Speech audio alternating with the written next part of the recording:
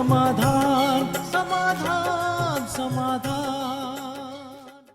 नमस्कार, आदाब, सत श्री अकाल। समाधान में आप सभी का एक बार पुनः स्वागत है। मित्रों, संसार का हर एक व्यक्ति अपना सर्वांगीण व्यक्तित्व विकास चाहता है और उसमें भी विशेषकर युवा वर्ग अपना व्यक्तित्व बहुत ही निखारना चाहता है, उसे संवारना चाहता है। यही कारण है कि हम चर्चा कर रहे हैं युवा वर्ग के लिए कि वो किस प्रकार अपने व्यक्तित्व का सर्वांगीण विकास कर सकता है। कल हम लोगों ने चर्चा की शारीरिक व्यक्तित्व के बारे में कि किस प्रकार आदतें व्यक्ति का स्वास्थ्य और साथ ही उसका वेशभूषा किस प्रकार से उसके व्यक्तित्व में चार चांद लगाते हैं और किन बातों पर वो ध्यान रखे। इसी चर्चा को हम आज भी आगे बढ़ाएंगे और इस चर्चा को आगे बढ़ाने के लिए हमारे साथ हैं आदरणीय राजयोगी सूर्य भाई जी। आइए उनका स्वागत करते हैं। भ्राता जी, आपका बहुत बहुत बहुत स्वागत है। थैंक्स।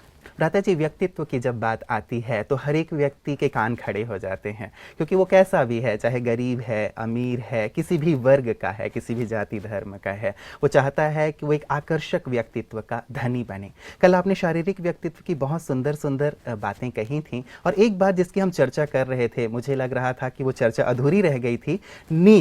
नींद एक बहुत आवश्यक पहलू है। कई बार हमारी नींद पूरी नहीं होती है तो हम बहुत ही थके थके से महसूस करते हैं अपने आप को और दूसरों को भी हमारे व्यक्तित्व में कोई उमंग और उत्साह दिखाई नहीं देता। तो नींद के विषय में भी आप जरूर थोड़ा प्रकाश डालें। बिल्कुल, बहुत इम्पोर्टेंट पहलू है मनुष्य जीवन का नींद।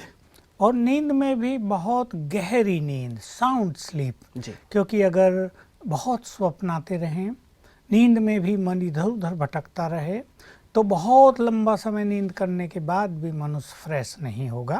और जब वो उठेगा तो सुस्ती को लिए उठेगा, थकान के साथ उठेगा। वो कहेगा मैं 10 घंटे तो सो लिया, फिर भी मुझे बहुत थकान है, डॉक्टरों के पास जाएगा। लेकिन वास्तव में गहरी नींद हमारे ब्रेन को एनर्जी देती है और ब्रेन एक वंडरफुल रचना है इस संसार की, इस देह को चलाने की। और देखिए, हर मनुष्य के पास एक ब्रेन है, मैं कहूँगा बहुत सुंदर ब्रेन है। उसको एनर्जेटिक रखना ये भी एक सुंदर पर्सनालिटी के लिए बहुत आवश्यक है। तो अच्छी नींद, कल भी हमने चर्चा की कि 10 से और 2 बजे तक की जो नींद है ये वास्तव में नींद का समय है। प्रकृति भी उस तरह की है उस समय। अगर 4 घंटे किसी को गहरी नींद आ जाए तो वही नींद उसकी दूसरे समय की 8 घंटे नींद के बराबर हो जाती है। तो विद्यार्थियों को, युवकों को ये ध्यान रखना चाहिए कि वो 10 साढ़े 10 तक अपनी दिनचर्या को पूर्ण करें, सो जाएं और फिर सवेरे उठकर जो बाकी तैयारी करनी है वो करें। आजकल चाहे वो बड़े शहरों की बात हो, कस्बों की बात हो, युवा वर्ग में एक प्रचलन, विद्यार्थियों में एक प्रचलन चल पड़ा है कि वो देर रात तक जागते हैं, उसके बाद देर सुबह उठते हैं। तो इस प्रकार से उनके व्यक्तित्व में भी कई बार इस बात का बहुत ज़्यादा गहरा प्रभाव पड़ता है और कैसे इसमें परिवर्तन लाएं? हाँ बिल्कुल, न केवल युवकों में लेकिन बड़े भी बहुत लोग 12-12 बजे तक होटलों में जा रहे हैं, फिर देर से सो रहे हैं 1 बजे तक, फिर 9-10 बजे तक सो रहे हैं। तो इन सब चीज़ों का इफेक्ट उसके ब्रेन पर बहुत बुरा पड़ता है। विद्यार्थी मान लो वो रात को 12 बजे 1-2 बजे तक स्टडी कर रहे हैं, बिल्कुल स्पष्ट है कि सारा दिन स्टडी करने के बाद उनका ब्रेन थक गया होगा। अब वो पढ़ रहे हैं ये सोच के कि हम और तैयारी कर लें, ये भी तैयार कर लें, ये भी तैयार कर लें, लेकिन ब्रेन तो रेस्ट चाहता है, उस पर हम एक दबाव डाल रहे हैं तो वो टेंशन में भी है ब्रेन। तो इससे कभी भी अच्छे परिणाम नहीं होंगे। और उसके बाद जो नींद भी आएगी, अगर गहरी आ गई तो बहुत अच्छी बात है, तो ब्रेन बिल्कुल फ्रेश हो जाएगा। और नहीं आई तो फिर ब्रेन में कठिनाई पैदा होंगी। लोगों को, जिसको कहते हैं अटैक हो जाता है ब्रेन पर, कुछ भी उसकी एफिशिएंसी नष्ट हो जाती है, ऐसा अनुभव होगा। इसलिए सहज समाधान के हर मनुष्य को अपनी दिनचर्या को फिक्स करना चाहिए। ये भी नहीं कि रात को देर तक टीवी देखकर सो रहे हैं। देखिए, जो लोग टीवी देखकर सोते हैं उनको भी गहरी नींद नहीं आएगी, क्योंकि वो सीन उनके सबकॉन्शियस माइंड में अंकित हो जाएंगे और वो नींद में उभरते रहेंगे। कुछ चिंतन जैसे कि चलता ही रहेगा। इसलिए लक्ष्य रख लेना चाहिए 10 साढ़े 10 बजे सब समाप्त और कुछ अच्छे चिंतन के साथ निद्रा देवी की गोद में हम जाएंगे तो नींद बहुत गहरी होगी, सवेरे बहुत फ्रेश उठेंगे और इससे ये जो बाकी समस्याएं हैं ये समाप्त हो जाएंगी। बिल्कुल, कई बार हम ये मान के चलते हैं भ्राता जी कि अब ये हमारे जीवन का अंग बन गया है और हम परिवर्तन के लिए प्रयास नहीं करते, पुरुषार्थ नहीं करते। तो जरूर युवा वर्ग को भी यदि अपना सर्वांगीण विकास करना है, अपने शारीरिक व्यक्तित्व को निखारना है, तो जरूर इस आदत में भी थोड़ा परिवर्तन बिल्कुल। अवश्य लाएं कि जल्दी सो जाएं हाँ। और थोड़ा जल्दी उठने का प्रयास करें। परिवर्तन के लिए मनुष्य को तैयार रहना ही चाहिए पूरा जीवन। जो भी चीजें उसके काम की हों, ये तो एक फील्ड की हम बात कर रहे हैं, जी। कहीं उसे विचारों का भी परिवर्तन करना पड़े, कहीं उसे अपने व्यवहार में भी परिवर्तन करना पड़े, कहीं उसे अपने संस्कारों में भी परिवर्तन करना पड़े, तो परिवर्तन के लिए एक समझदार व्यक्ति को हमेशा ही तैयार रहना चाहिए, क्योंकि सब कुछ भी तो बदल रहा है। अगर हम उन्हीं चीज़ों को अपनाते चलेंगे जो अब से 30 साल पहले थी, 50 साल पहले थी, तो निश्चित रूप से हम दौड़ में पीछे रह जाएंगे। इसलिए परिवर्तन के लिए तैयार हों और जरा सवेरे उठकर तो देखें। जी। ठीक है, जो राजयोग का अभ्यास करते हो तो 4 बजे उठेंगे, लेकिन आम लोग सूर्योदय से पहले उठें, 5 उठें, 5:30 उठें और देखें प्रकृति कितनी सुंदर है। ये परमात्मा की रचना कितनी सौंदर्य से भरपूर है और उसका मनुष्य के ब्रेन पर, उसके व्यक्तित्व पर कितना अच्छा प्रभाव पड़ता है। एक व्यक्ति यदि सवेरे उठकर आधा घंटा आराम से टहल ले, वॉकिंग करे और कुछ सुंदर चिंतन में वो समय बिताए, तो वो पाएगा कि जैसे उसने अपने को चार्ज कर लिया सवेरे सवेरे, और ये चार्ज स्थिति सारा दिन उसको सुख में व्यतीत करने में मदद जी। करेगी। वैसे भी एक इंग्लिश में कहावत भी है भ्राता जी कि early to bed and early to rise makes us healthy, wealthy and wise. तो ये बात बहुत सोच समझ करके ही कही गई होगी कि जल्दी सो जाना और जल्दी उठ जाना ये स्वास्थ्य के लिए भी और अन्य शारीरिक जो हमारे क्षेत्र हैं या हमारे विकास के जो क्षेत्र हैं उन सब के लिए बहुत हाँ, उनके लिए भी आवश्यक है। देखिए, हेल्दी लाइफ के लिए मनुष्य जल्दी उठेगा, उसके पास 2 घंटे हैं। वही व्यक्ति 9 बजे उठ रहा है और उसे फटाफट काम पर जाना है, तो एक तो उसने टेंशन को इनवाइट कर लिया, दूसरा उसके पास अपने लिए समय नहीं रहा कि वो आधा पौना घंटा व्यायाम में दे, कुछ पठन पाठन में दे, कुछ अच्छे चिंतन में वो लगाए।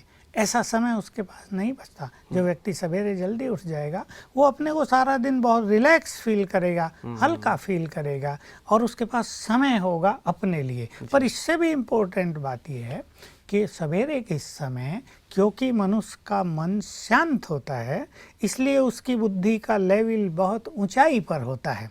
वो थोड़ा पढ़ेगा, ज़्यादा ग्रहण करेगा और ये एक सुंदर तरीका हो जाएगा अपनी एकाग्रता को बढ़ाने का, अपनी मेमोरी पावर में विकास करने का। आपने एक बहुत सुंदर बात कही भ्राता जी कि एक तो सुबह उठना जितना महत्वपूर्ण है उतना ही महत्वपूर्ण ये भी है कि हम उस समय कुछ आध्यात्मिक पठन पाठन अवश्य करें, एक अच्छा चिंतन अवश्य करें। क्योंकि आमतौर पे आज देखने में ये आता है कि जैसे ही व्यक्ति उठता है, भले वो 6 बजे उठ रहा है, 7 बजे उठ रहा है, 8 बजे उठ रहा है, जैसे ही उठता है या तो टीवी ऑन कर लेता है या न्यूज़पेपर लेकर के बैठ जाता है कि आज का समाचार क्या है।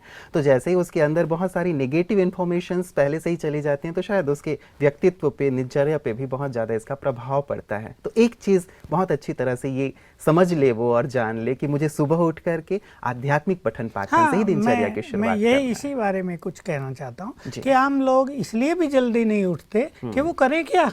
राइट। तो वो बोर हो जाते हैं कि इतना लंबा समय कैसे पास करें। तो एक सुंदर प्रोग्राम हर मनुष्य के पास सवेरे के लिए 2 घंटे के समय को यूज करने का होना चाहिए। भाई हम आधा घंटा घूम के आएंगे, हम आधा पौना घंटा अच्छी तरह व्यायाम करेंगे, हम आधा घंटा कुछ सत्य साहित्य का अध्ययन करेंगे, फिर भले ही टीवी आदि भी देखेंगे तो निगेटिव चीज़ें हमारे ब्रेन में एंटर नहीं करेंगी। तो एक सुंदर प्रोग्राम लेकर यदि मनुष्य चलेगा तो उसका ये समय वास्तव में उसके लिए अति कल्याणकारी हो जाएगा। जी। वैसे भी संसार के जितने भी महापुरुष हुए हैं भ्राता जी, वो सब बहुत जल्दी उठ जाया करते थे। जितने भी विचारक हैं, विद्वान हैं, वो भी सुबह के महत्व को समझते हैं। तो जरूर अपने शारीरिक व्यक्तित्व को श्रेष्ठ करने के लिए हमारे युवा वर्ग को भी सुबह उठने की आदत अवश्य इसमें ये भी जान लेना चाहिए कि प्रकृति में ये एक ऐसा बैलेंस है कि सोने का जो पीरियड है वो समाप्त हो जाता है और अर्ली मॉर्निंग के जो आवर्स हैं, ये इस समय में प्रकृति मनुष्य को बहुत कुछ देने के लिए तैयार है।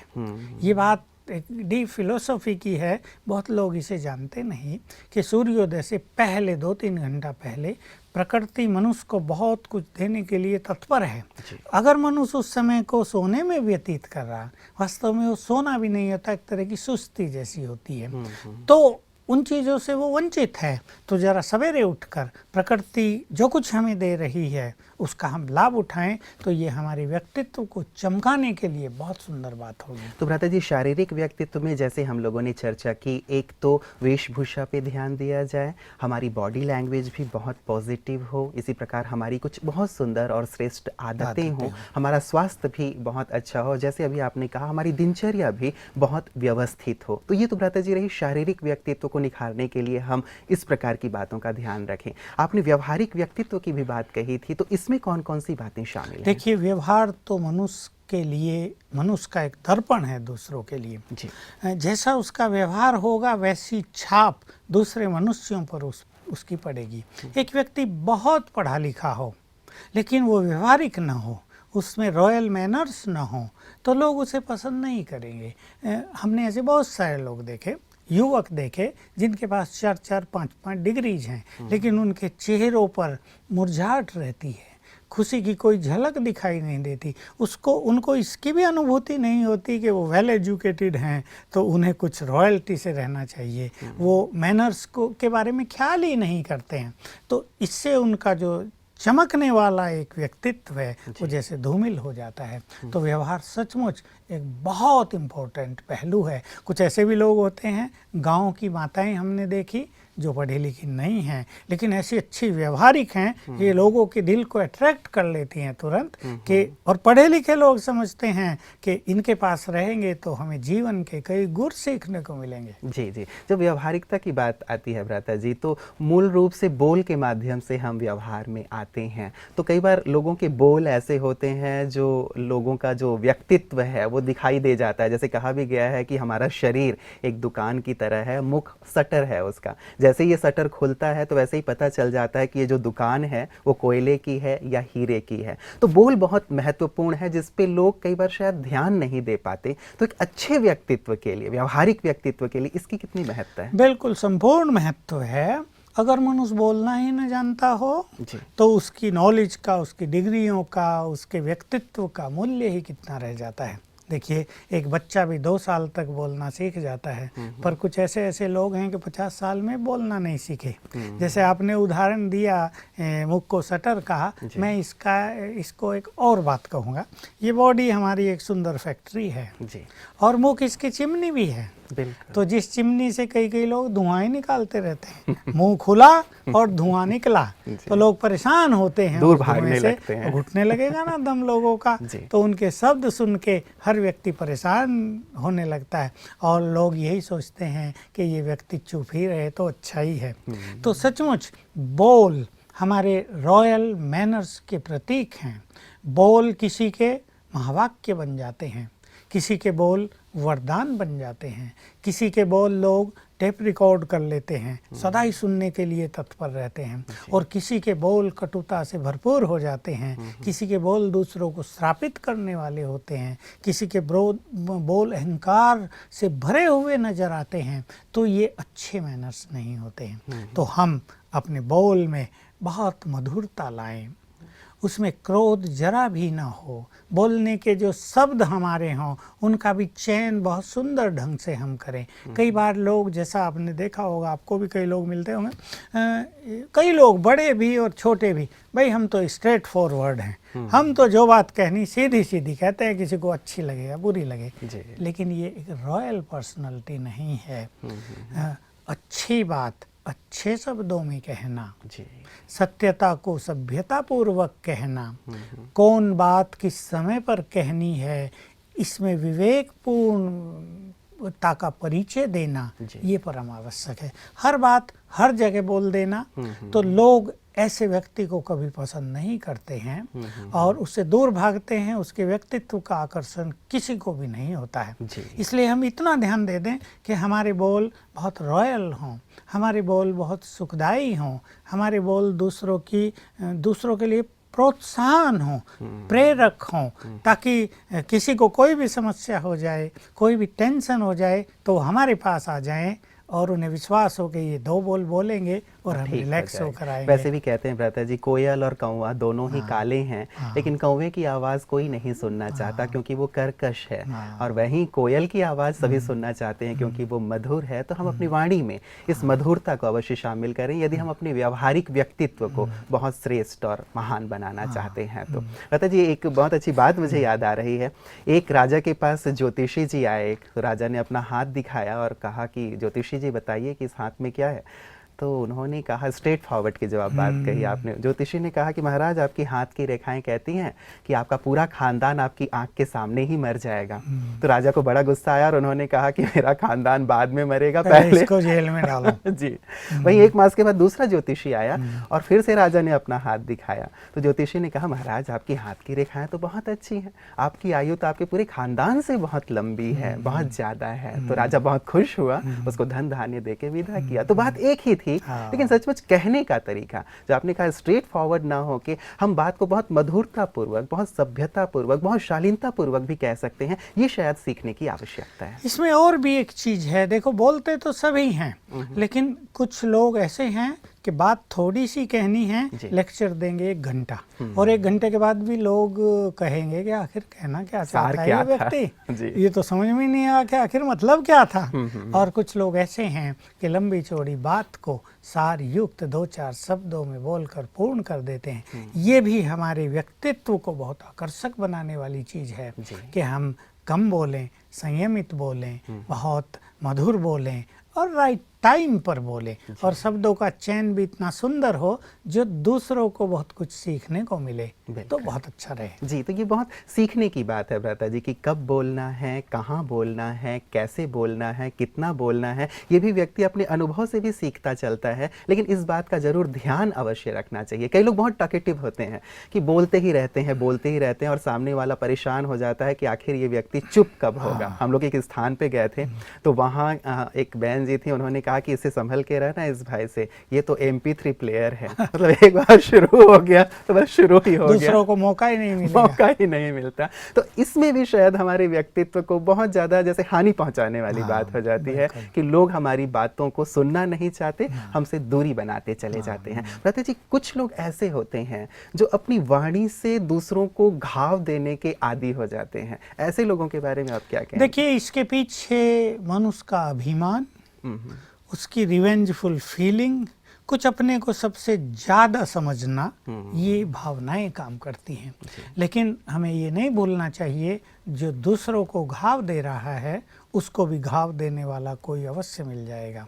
किसी को हम कटु वचन बोल रहे हैं, आखिर लोग कब तक सहन करेंगे, कब तक सुनेंगे?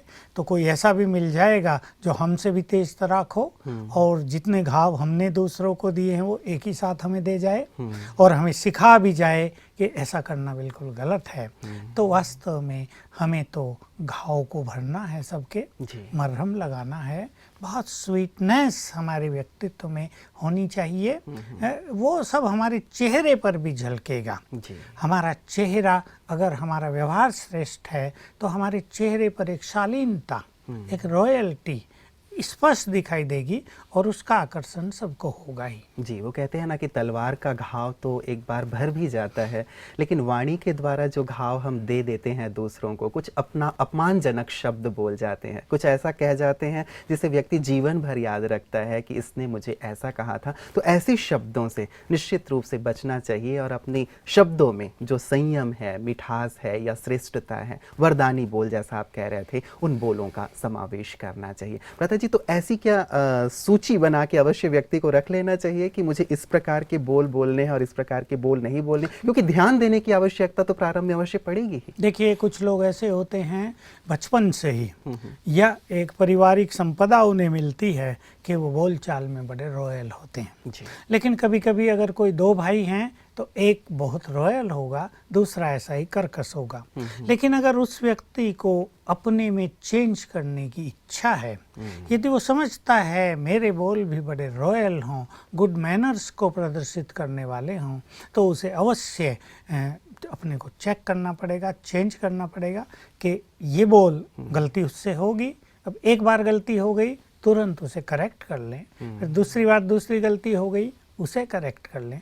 कुछ ही दिन यदि इस बात पे मनुष्य ध्यान दे 3 मास तक ही, तो उसके बोल में काफ़ी सुधार आ जाएगा और ये उसके व्यक्तित्व को निखारने वाली बहुत सुंदर बात होगी। और जैसे हम बात कर रहे थे भ्राता जी कि यदि हमें ऊपर जाना है, उन्नति करनी है, तो परिवर्तन के लिए हमेशा हमें तैयार रहना ही चाहिए। क्योंकि कई लोग ऐसा कहते हैं भ्राता जी, जब बात वाणी की चल रही है, कि हमारा भाव गलत नहीं होता, लेकिन हमारी आवाज़ ही ऐसी है। हाँ, उनकी आदत ऐसी है, एक्चुअली आवाज़ नहीं, वो आदतन वैसी आवाज निकालते हैं। तो भाव भी थोड़ा बहुत होता है, लेकिन फिर छुपाने के लिए ऐसा कह देते हैं। लेकिन हमारे शब्दों में हमारा भाव तो स्पष्ट दिखाई देता ही है। कोई कितना भी छुपाए, उससे वो छुपते नहीं हैं। इसलिए अपनी भावनाओं को भी बहुत निर्मल करें, शुभ भावनाओं में बदलें और अपने अहम को जरा डाउन करें। इसमें मुख्य काम कर रहा है मनुष्य का अभिमान, जो उसके मुख से ये धुआं निकलवाता है, ये गलत शब्द बोलने का धुआं, जिससे दूसरों का दम घुटने लगता है। क्योंकि आज परिवार में, संबंधों में सारे झंझट ही बोल के कारण है ना। अगर मनुष्य अपने बोल को सुधार ले तो संसार की आधी समस्याएं समाप्त हो जाएंगी। मैं तो ये कहूँगा, कोर्ट में जितने केस हैं 1/3 तो बोल के कारण प्रारंभ हुए थे। ऐसे क्रिमिनल केसेस जो कोर्ट में पहुँचे, अगर सचमुच मनुष्य अपने बोल को रॉयल कर ले तो बहुत सारी बातें समाप्त। जी, और हम देखते भी हैं भ्राता जी कि रामायण यदि हम ले लें या महाभारत भी ले लें, हमारे जो महान ग्रंथ हैं, उनमें भी वाणी कहीं ना कहीं बहुत बड़ी समस्याओं का कारण बन गया था। तो वो भी आज भी हमारे जीवन में वाणी ही समस्या का कारण बन रहा है। तो निश्चित रूप से जो इस बात को समझते हैं और चाहते हैं कि वो व्यावहारिक अपने व्यक्तित्व का संपूर्ण रूप से विकास करें, बोल पर विशेष रूप से उन लोगों को बस मैं यही कहूँगा कि जब मनुष्य बोले, जिसका व्यक्तित्व सुंदर है या जो अपने व्यक्तित्व को सुंदर बनाना चाहते हैं, जब वो बोले तो उनके मुख से अमृत धारा बहे। उनके मुख से जैसे पुष्प झरते हों, सुगंधित पुष्प, जो सुनने वालों के मन को भी सुगंधित कर दें, निर्मल कर दें, दूसरों की टेंशन को भी हर लें, उनके दुखों को कम कर दें, उनके जीवन में छाए हुए निराशा के काले बादलों को एकदम बिखरा दें और एकदम उमंग उत्साह से जीवन भर दें। ऐसे सुंदर बोल वास्तव में बोलने वाले की बहुत शोभा है। एक प्रैक्टिकल प्रॉब्लम रहता जी, मैं आपके सामने रखना चाहता हूँ। मान लीजिए मैं तो सबके साथ मीठा बोलता हूँ, मेरा व्यवहार अच्छा है, लेकिन सामने वाला व्यक्ति बार बार मुझे टीज करता है, मेरा अपमान करता है, मुझे नीचे गिराने की कोशिश करता है, मेरे साथ गुस्से से व्यवहार करता है। तो ऐसे व्यक्ति के साथ मैं कैसे मधुरता से पेश आ सकता हूँ? बिल्कुल, ऐसे लोगों की भी कमी नहीं है संसार में कि हम तो बहुत अच्छे हैं, लेकिन कहीं ना कहीं वो हमसे जलते हैं। हमें आगे बढ़ता देखकर उनसे सहन नहीं होता है, तो वो इस तरह की बातें हमसे करते हैं। इसमें हमारी सहन शक्ति भी होनी चाहिए। लेकिन जैसा हम बात कर रहे थे, एक बहुत अच्छी प्रैक्टिस हमारी स्पिरिचुअलिटी में है, और वो है सेल्फ एस्टीम, स्वमान।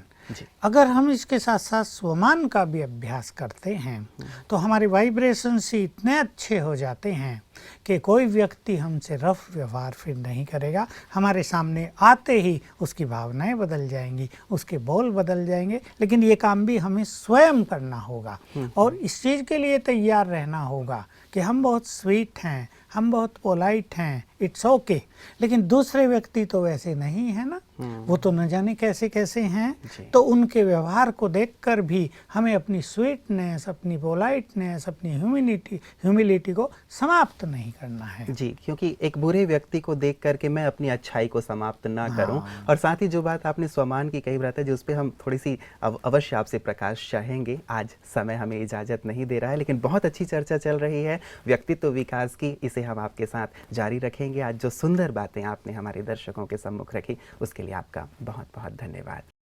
मित्रों, आपने देखा कि व्यक्तित्व विकास एक बहुत ही महत्वपूर्ण अंग है हमारे जीवन का, और उसमें भी शारीरिक व्यक्तित्व के साथ साथ व्यावहारिक व्यक्तित्व बहुत आवश्यक है। क्योंकि जो व्यक्ति बाहर से, दूर से शारीरिक रूप से बहुत सुंदर दिखाई दे रहा है, यदि आप उसके व्यवहार में आते हैं और वो कर्कश है, उसके बोल में शालीनता नहीं है, या वो गालियों का उपयोग करता है, तो निश्चित रूप से उसके शारीरिक व्यक्तित्व का कोई महत्व नहीं रह जाता है। इसीलिए आवश्यक है कि हम अपने बोल में भी मधुरता को शामिल करें, शालीनता को शामिल करें और अपने व्यावहारिक व्यक्तित्व को श्रेष्ठ बनाने का लक्ष्य रखें। आज के समाधान में इतना ही, दीजिए इजाजत, नमस्कार। धैर्य और दृढ़ मनोबल से